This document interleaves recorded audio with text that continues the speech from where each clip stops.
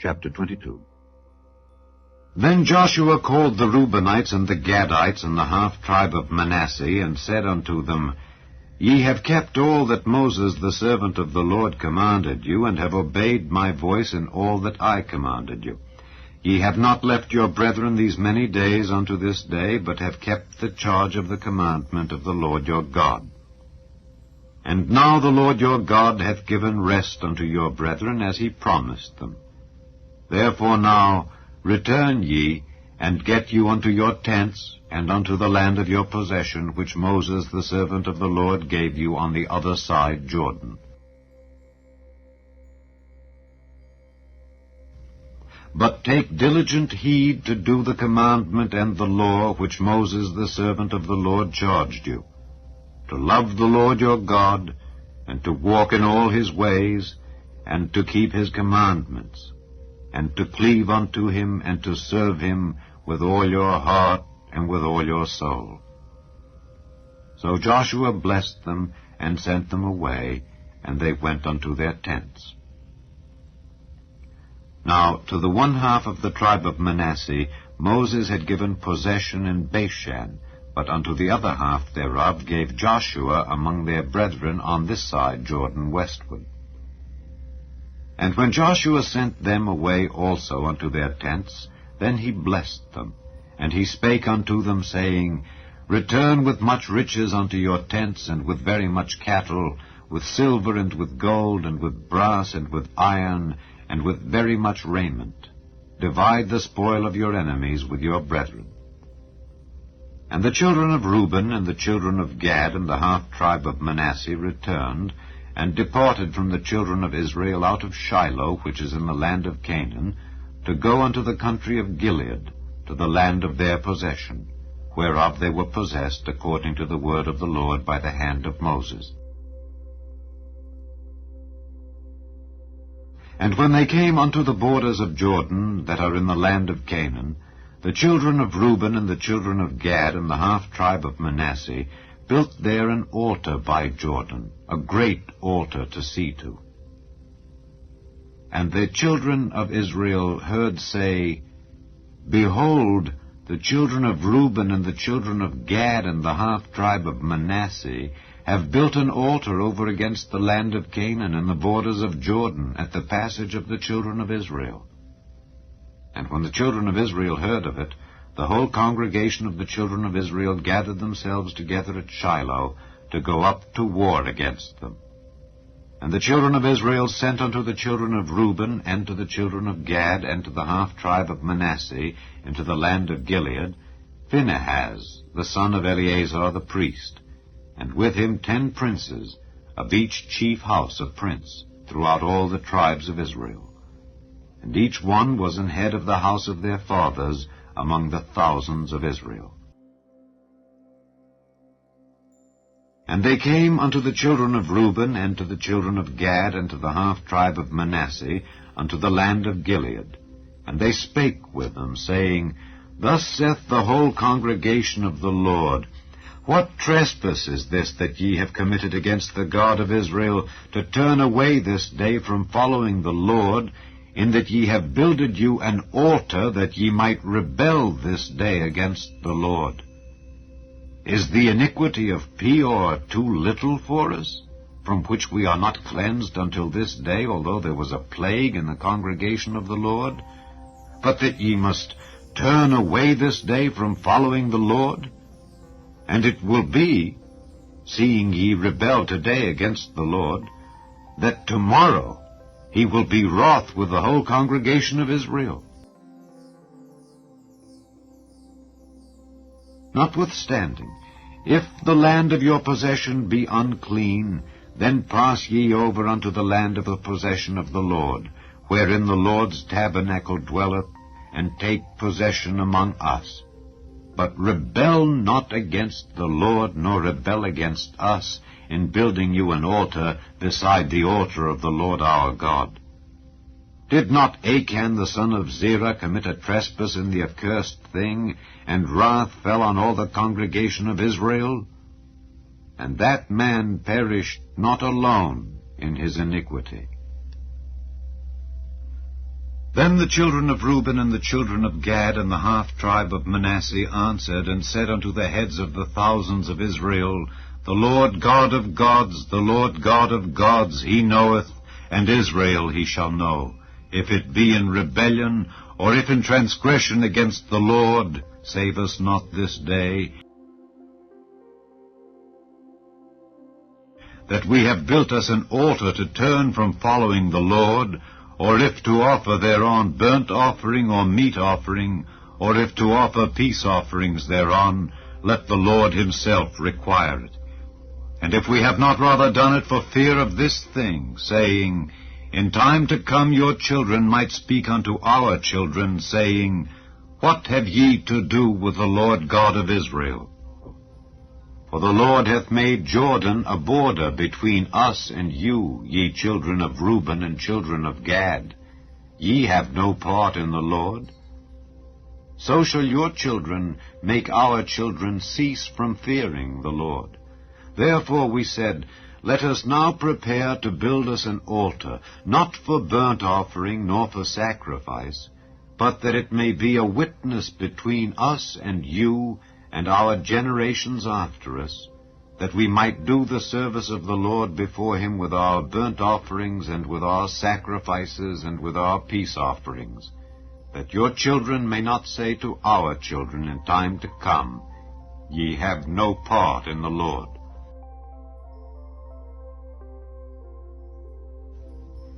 Therefore said we, that it shall be, when they should so say to us or to our generations in time to come, that we may say again, Behold the pattern of the altar of the Lord which our fathers made, not for burnt offerings nor for sacrifices, but it is a witness between us and you.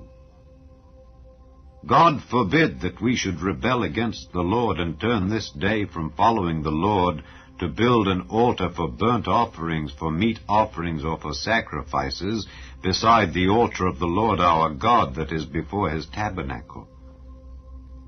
And when Phinehas the priest and the princes of the congregation and heads of the thousands of Israel which were with him heard the words that the children of Reuben and the children of Gad and the children of Manasseh spake, it pleased them.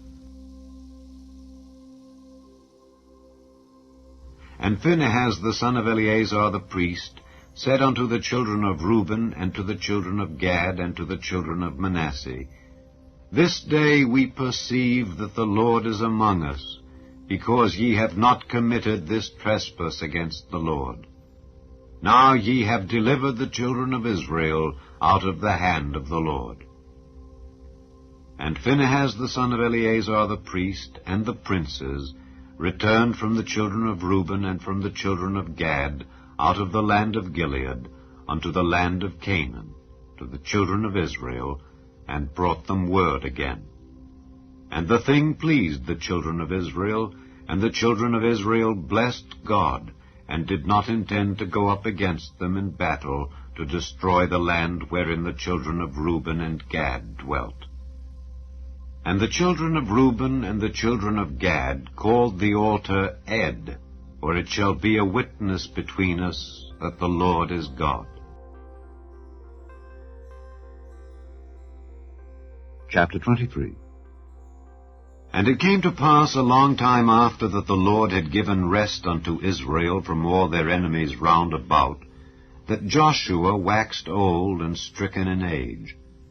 And Joshua called for all Israel, and for their elders, and for their heads, and for their judges, and for their officers, and said unto them, I am old and stricken in age, and ye have seen all that the Lord your God hath done unto all these nations because of you.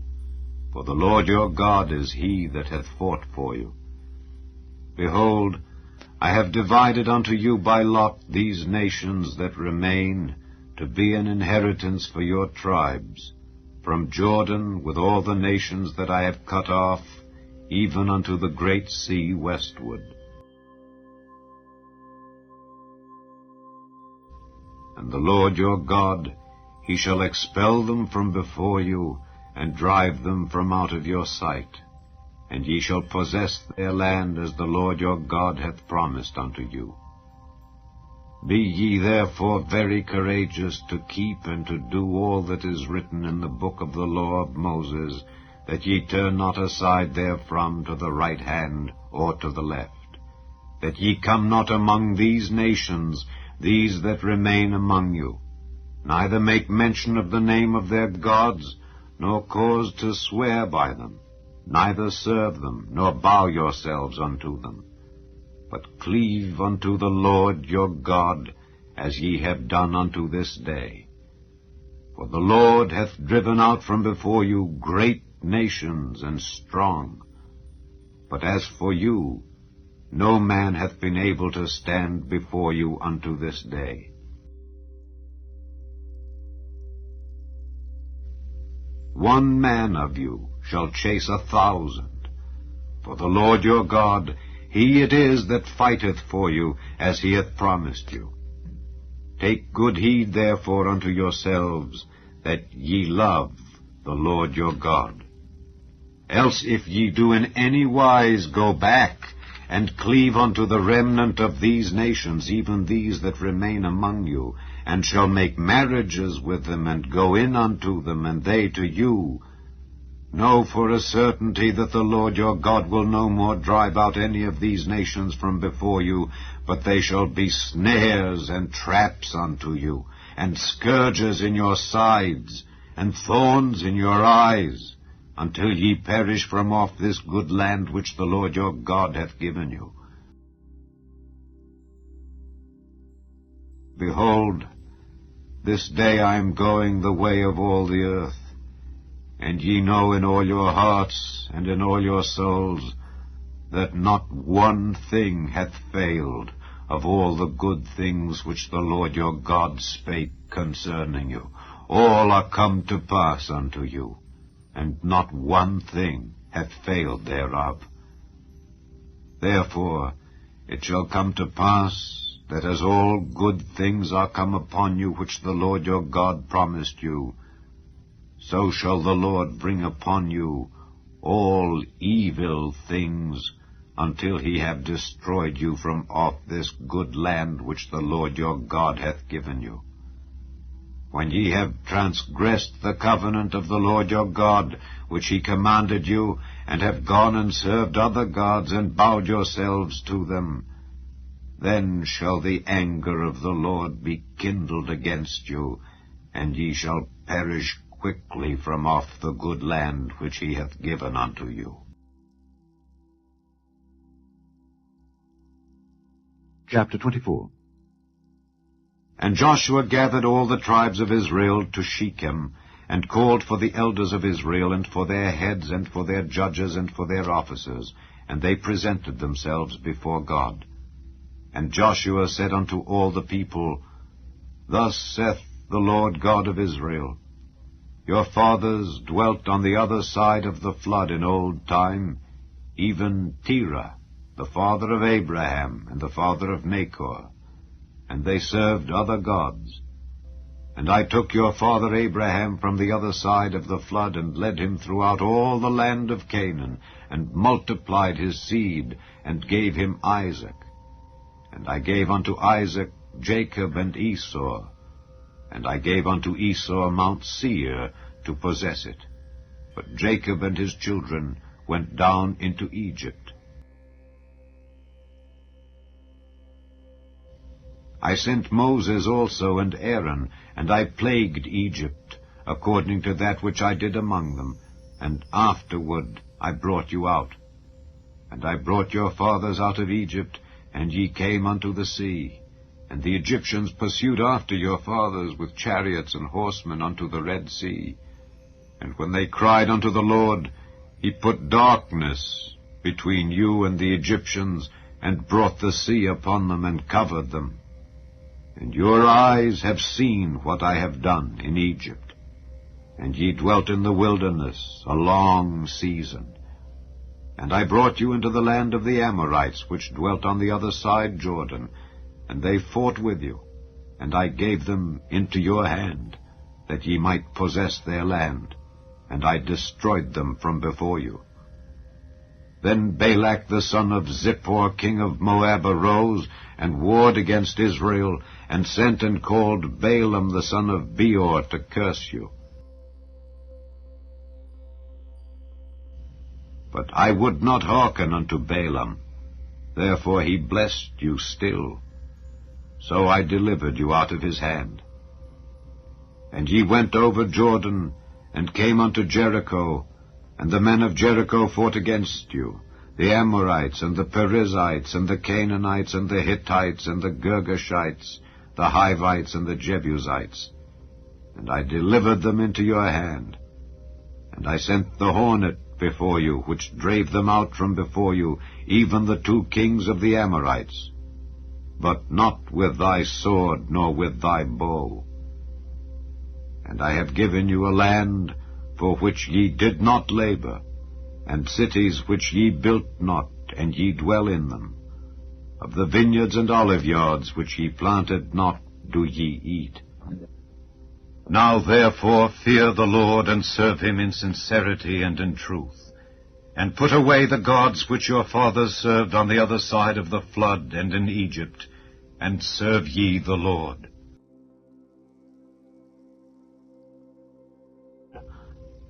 And if it seem evil unto you to serve the Lord, choose you this day whom ye will serve, whether the gods which your fathers served that were on the other side of the flood, or the gods of the Amorites in whose land ye dwell. But as for me and my house, we will serve the Lord. And the people answered and said, God forbid that we should forsake the Lord to serve other gods. For the Lord our God, he it is that brought us up and our fathers out of the land of Egypt, from the house of bondage, and which did those great signs in our sight, and preserved us in all the way wherein we went, and among all the people through whom we passed. And the Lord drave out from before us all the people, even the Amorites which dwelt in the land. Therefore will we also serve the Lord, for he is our God. And Joshua said unto the people, Ye cannot serve the Lord, for he is an holy God. He is a jealous God. He will not forgive your transgressions nor your sins. If ye forsake the Lord and serve strange gods, then he will turn and do you hurt, and consume you, after that he hath done you good. And the people said unto Joshua, Nay, but we will serve the Lord. And Joshua said unto the people, Ye are witnesses against yourselves that ye have chosen you the Lord to serve him. And they said, We are witnesses. Now therefore put away, said he, the strange gods which are among you, and incline your heart unto the Lord God of Israel. And the people said unto Joshua, The Lord our God will we serve, and his voice will we obey. So Joshua made a covenant with the people that day, and set them a statute and an ordinance in Shechem. And Joshua wrote these words in the book of the law of God, and took a great stone, and set it up there under an oak that was by the sanctuary of the Lord. And Joshua said unto all the people, Behold, this stone shall be a witness unto us, for it hath heard all the words of the Lord which he spake unto us. It shall be therefore a witness unto you, lest ye deny your God. So Joshua let the people depart, every man unto his inheritance. And it came to pass after these things that Joshua the son of Nun, the servant of the Lord, died, being 110 years old. And they buried him in the border of his inheritance, in Timnath-Serah, which is in Mount Ephraim, on the north side of the hill of Gaash. And Israel served the Lord all the days of Joshua, and all the days of the elders that overlived Joshua, and which had known all the works of the Lord that he had done for Israel. And the bones of Joseph which the children of Israel brought up out of Egypt, buried they in Shechem, in a parcel of ground which Jacob bought of the sons of Hamor, the father of Shechem, for 100 pieces of silver, and it became the inheritance of the children of Joseph. And Eleazar the son of Aaron died, and they buried him in a hill that pertained to Phinehas his son, which was given him in Mount Ephraim.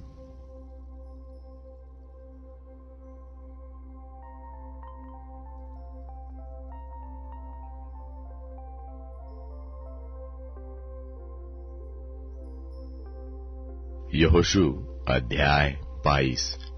उस समय यहोशू ने रूबेनियों, गादियों और मनश्शे के आधे गोत्रियों को बुलाकर कहा, जो आज्ञा यहोवा के दास मूसा ने तुम्हें दी थी वह सब तुमने मानी है, और जो आज्ञा मैंने तुम्हें दी है उन सबों को भी तुमने माना है। तुमने अपने भाइयों को इस मुद्दत से आज के दिन तक नहीं छोड़ा, परंतु अपने परमेश्वर यहोवा की आज्ञा तुमने चौकसी से मानी है। और अब तुम्हारे परमेश्वर यहोवा ने तुम्हारे भाइयों को अपने वचन के अनुसार विश्राम दिया है। इसलिए अब तुम लौटकर अपने अपने डेरों को और अपने निजी भूमि में, जिसे यहोवा के दास मूसा ने यरदन पार तुम्हें दिया है, चले जाओ।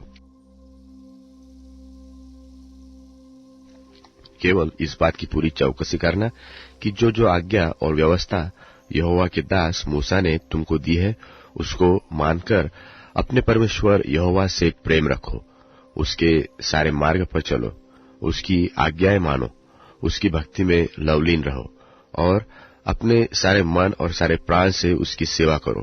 तब यहोशू ने उन्हें आशीर्वाद देकर विदा किया और वे अपने अपने डेरे को चले गए। मनश्शे के आधे गोत्रियों को मूसा ने बासान में भाग दिया था, परंतु दूसरे आधे गोत्र को यहोशू ने उनके भाइयों के बीच यरदन की पश्चिम की ओर भाग दिया। उनको जब यहोशू ने विदा किया कि अपने अपने डेरे को जाए, तब उनको भी आशीर्वाद देकर कहा, बहुत से पशु और चांदी, सोना, पीतल, लोहा और बहुत से वस्त्र और बहुत धन संपत्ति लिए हुए अपने अपने डेरे को लौट जाओ और अपने अपने शत्रुओं की लूट की संपत्ति को अपने भाइयों के संग बांट लेना। तब रूबेनी, गादी और मनश्शे के आधे गोत्री इस्राएल के पास से निकाल, अर्थात कनान देश के शिरोनगर से, अपनी गिलाद नाम निज भूमि में जो मूसा ने दिलाई हुई यहोवा की आज्ञा के अनुसार उनकी निज भूमि हो गई थी, जाने की मनसा से लौट आए। और जब रूबेनी, गादी और मनश्शे के आधे गोत्री यरदन की उस तराई में पहुंचे जो कनान देश में है, तब उन्होंने वहां देखने योग्य एक बड़ी वेदी बनाई। और इसका समाचार इस्राएलियों के सुनने में आया कि रूबेनियों, गादियों और मनश्शे के आधे गोत्रियों ने कनान देश के सामने यरदन की तराई में, अर्थात उसके उस पार जो इस्राएलियों का है, एक वेदी बनाई है। जब इस्राएलियों ने यह सुना, तब इस्राएलियों की सारी मंडली उनसे लड़ने के लिए चढ़ाई करने को शिलो में इकट्ठी हुई। तब इस्राएलियों ने रूबेनियों, गादियों और मनश्शे के आधे गोत्रों के पास गिलाद देश में एलीआजर याजक के पुत्र पिनहास को और उसके संग 10 प्रधानों को, अर्थात इस्राएल के एक एक गोत्र में से पूर्वजों के घरानों के एक एक प्रधानों को भेजा। और वे इस्राएल के हजारों में अपने अपने पूर्वजों के घरानों के मुख्य पुरुष थे।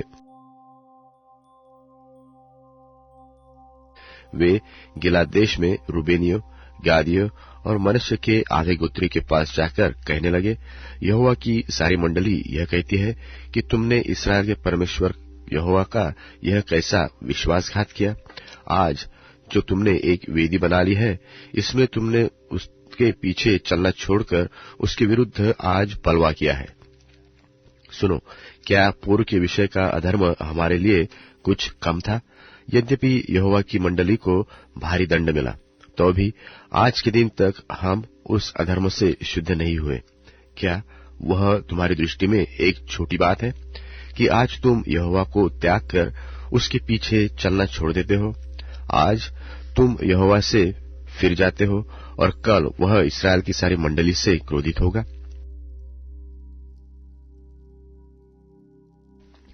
परंतु यदि तुम्हारी निज भूमि अशुद्ध हो तो पार आकर यहोवा की निज भूमि में, जहाँ यहोवा का निवास रहता है, हम लोगों के बीच में अपनी अपनी निज भूमि कर लो। परंतु हमारे परमेश्वर यहोवा की वेदी को छोड़ और कोई वेदी बनाकर न तो यहोवा से बलवा करो और न हमसे देखो। जब जेरह के पुत्र आकान ने अर्पण की हुई वस्तुओं के विषय में विश्वासघात किया, तब क्या यहोवा का कोप इस्राएल की पूरी मंडली पर न भड़का और पुरुष के अधर्म का प्राणदंड अकेले उसी को न मिला? तब रूबेनियों, गादियों और मनश्शे के आधे गोत्रियों ने इस्राएल के हजारों के मुख्य पुरुषों को यह उत्तर दिया कि यहोवा जो ईश्वरों का परमेश्वर है, ईश्वरों का परमेश्वर यहोवा इसको जानता है, और इस्राएली भी इसे जान लेंगे कि यदि यहोवा से फिर के व उसका विश्वासघात करके हमने यह काम किया हो, तो तू आज हमको जीवित न छोड़।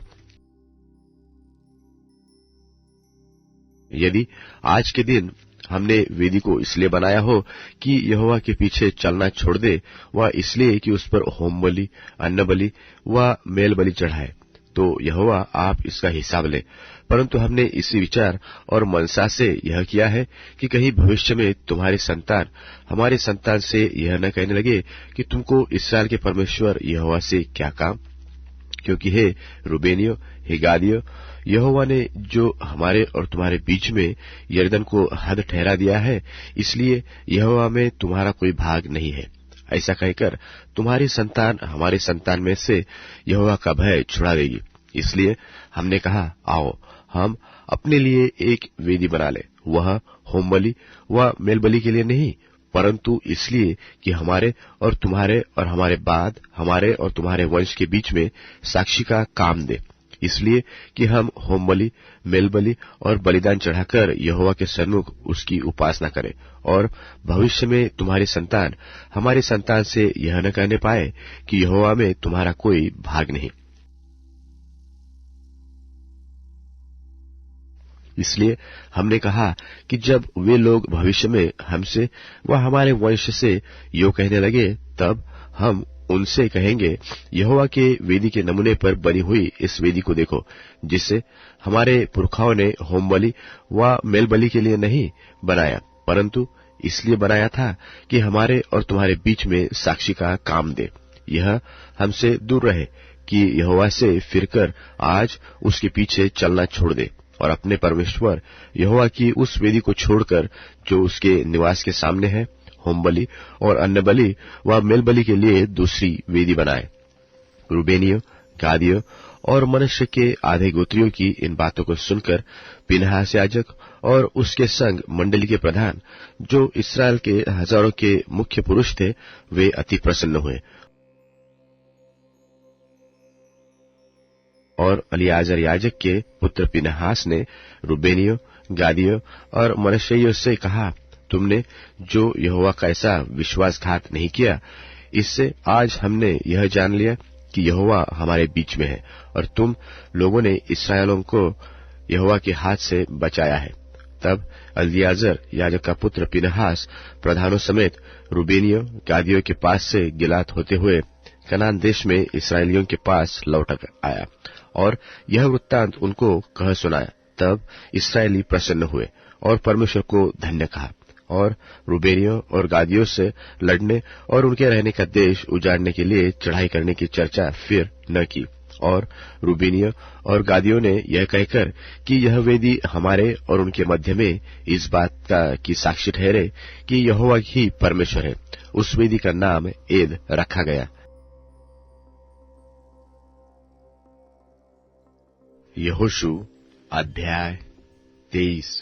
इसके बहुत दिनों के बाद जब यहोवा ने इस्राएलियों को उनके चारों ओर के शत्रुओं से विश्राम दिया और यहोशू बूढ़ा और बहुत आयु का हो गया, तब यहोशू सब इस्राएलियों को अर्थात पुरनियों, मुख्य पुरुषों, न्यायियों और सरदारों को बुलाकर कहने लगा, मैं तो अब बूढ़ा और बहुत आयु का हो गया हूं, और तुमने देखा है कि तुम्हारे परमेश्वर यहोवा ने तुम्हारे निमित्त इन सब जातियों से क्या क्या किया, क्योंकि जो तुम्हारी ओर लड़ता आया है वह तुम्हारा परमेश्वर यहोवा है।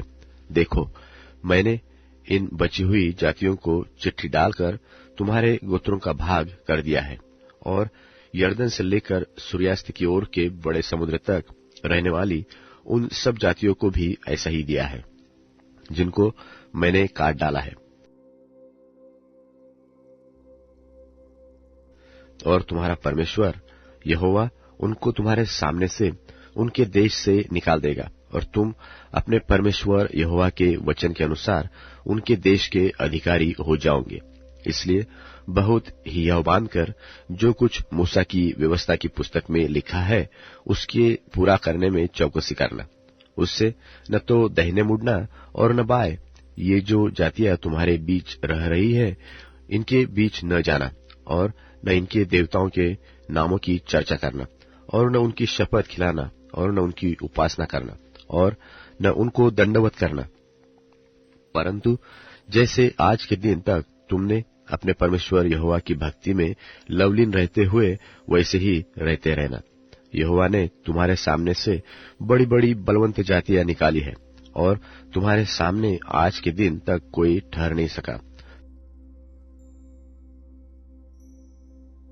तुममें से एक मनुष्य 1000 मनुष्यों को भगा सकता है, और भगाएगा, क्योंकि तुम्हारा परमेश्वर यहोवा अपने वचन के अनुसार तुम्हारी ओर से लड़ता है। इसलिए अपने परमेश्वर यहोवा से प्रेम रखने की पूरी चौकसी करना, क्योंकि यदि तुम किसी रीति से यहोवा से फिरकर इन जातियों के बाकी लोगों से मिलने लगो जो तुम्हारे बीच बसे हुए रहते हैं, और इनसे ब्याह शादी करके इनके साथ समधियाना रिश्ता जोड़ो, तो निश्चय जान लो कि आगे को तुम्हारा परमेश्वर यहोवा इन जातियों को तुम्हारे सामने से नहीं निकालेगा, और ये तुम्हारे लिए जाल और फंदे, और तुम्हारे पांजरों के लिए कोड़े, और तुम्हारी आंखों में कांटे ठहरेगी। और अंत में तुम इसी भूमि पर से जो तुम्हारे परमेश्वर यहोवा ने तुम्हें दी है नष्ट हो जाओगे। सुनो, मैं तो अब सब संसारियों को की गति पर जाने वाला हूं, और तुम सब अपने अपने हृदय और मन में जानते हो कि जितनी भलाई की बातें हमारे परमेश्वर यहोवा ने हमारे विषय में कही, उनमें से एक भी पूरी हुए बिना नहीं रही। वे सब की सब तुम पर घट गई, उनमें से एक भी बिना पूरी हुई नहीं रही। तो जैसे तुम्हारे परमेश्वर यहोवा की कही हुई सब भलाई की बातें तुम पर घटी है, वैसे ही यहोवा विपत्ति की सब बातें भी तुम पर घटाते घटाते तुमको इस अच्छी भूमि के ऊपर से, जिसे तुम्हारे परमेश्वर यहोवा ने तुम्हें दिया है, सत्यानाश कर डालेगा।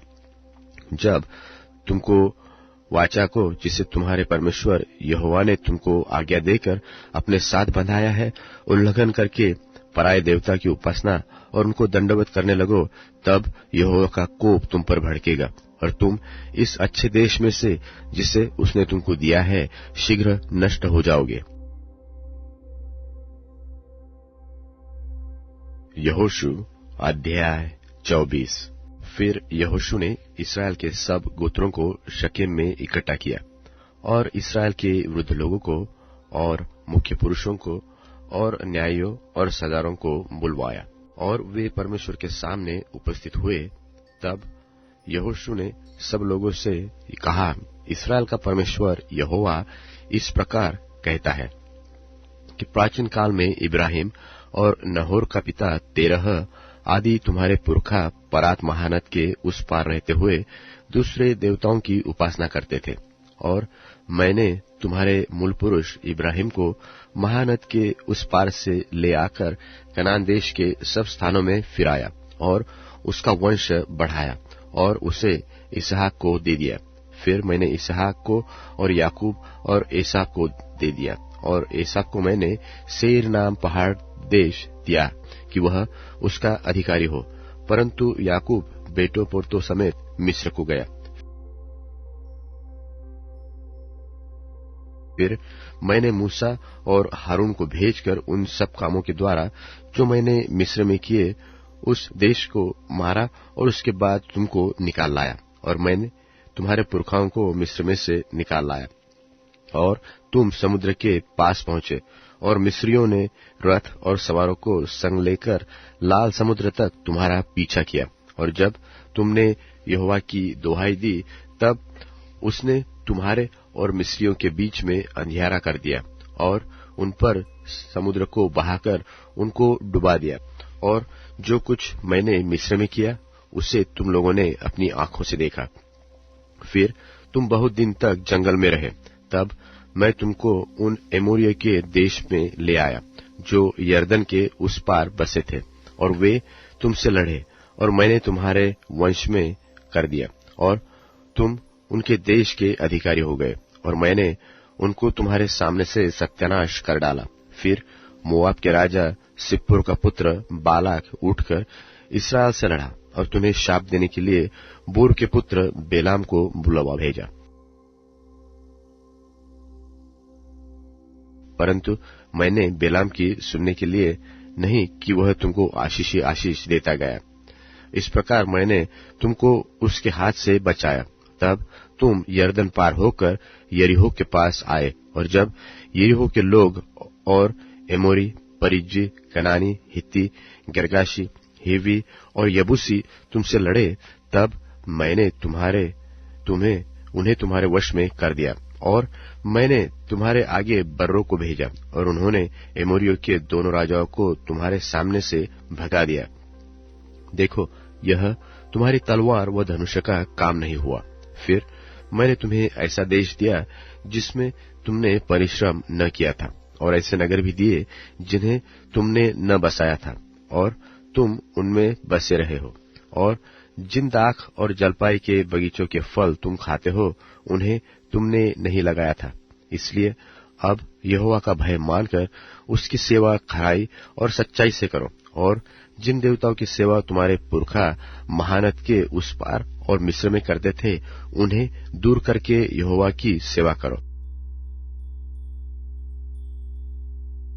और यदि यहोवा की सेवा करनी तुम्हें बुरी लगे, तो आज चुन लो कि तुम किसकी सेवा करोगे, चाहे उन देवताओं की जिनकी सेवा तुम्हारे पुरखा महानद के उस पार करते थे, और चाहे एमोरियों के देवताओं की सेवा करो जिनके देश में तुम रहते हो। परंतु मैं तो अपने घराने समेत यहोवा ही की सेवा नित करूंगा। तब लोगों ने उत्तर दिया, यहोवा को त्याग कर दूसरे देवताओं की सेवा करनी हमसे दूर रहे, क्योंकि हमारा परमेश्वर यहोवा वही है जो हमको और हमारे पुरखाओं को दासत्व के घर अर्थात मिस्र देश से निकाल ले आया, और हमारे देखते देखते बड़े बड़े आश्चर्य कर्म किए, और जिस मार्ग पर और जितनी जातियों के मध्य में से हम चले आते थे, उनमें हमारी रक्षा की, और हमारे सामने से इस देश में रहने वाली एमोरी आदि सब जातियों को निकाल दिया। इसलिए हम भी यहोवा की सेवा करेंगे, क्योंकि हमारा परमेश्वर वही है। यहोशू ने लोगों से कहा, तुमसे यहोवा की सेवा नहीं हो सकती, क्योंकि वह पवित्र परमेश्वर है, वह जलन रखने वाला परमेश्वर है। वह तुम्हारे अपराध और पाप क्षमा न करेगा। यदि तुम यहोवा को त्याग कर पराये देवताओं की सेवा करने लगोगे, तो यद्यपि वह तुम्हारा भला करता आया है, तो भी वह फिर कर तुम्हारी हानि करेगा और तुम्हारा अंत भी कर डालेगा। लोगों ने यहोशू से कहा, नहीं, हम यहोवा ही की सेवा करेंगे। यहोशू ने लोगों से कहा, तुम आप ही अपने साक्षी हो कि तुमने यहोवा की सेवा करनी अंगीकार कर ली है। उन्होंने कहा, हाँ, हम साक्षी है। यहोशू ने कहा, अपने बीच में से पराये देवताओं को दूर करके अपना अपना मन इस्राएल के परमेश्वर यहोवा की ओर लगाओ।